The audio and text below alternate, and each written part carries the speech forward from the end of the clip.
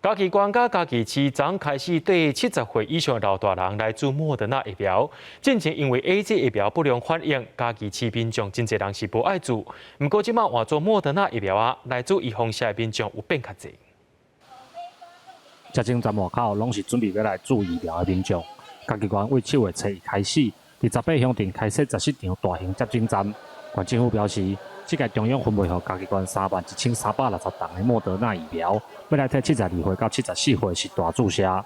就连长摕分的啊。连长摕去分的啊，安尼哦。啊，其他注有着欢喜无？有啊。有啊。又怕老人家会晒太阳太热，还让我们进来就是准备冷气啦、电风扇啦，这都各方面都非常的详尽。嘉义市今仔日嘛开始替70岁以上的市民注疫苗，市政府表示，这届摕到7000多栋莫德纳疫苗，第一天到2807人来预约。卫生局讲，虽然3天的预约拢已经满，但是后礼拜还有补新的疫苗，会连面安排接种的计划。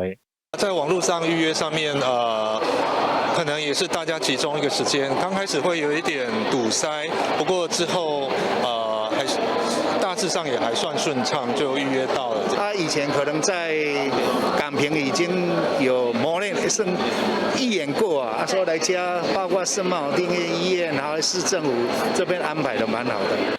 嘉义县市暂时提供莫德纳疫苗，民众来注射意愿确实比进前 AZ 疫苗较悬。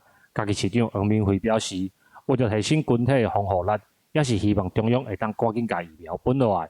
嘉义县长王江宁强调，有注疫苗会降低重症甲死亡的比率，不过时代也是爱挂好喙罨，做好正确的防疫，避免任何感染的机会。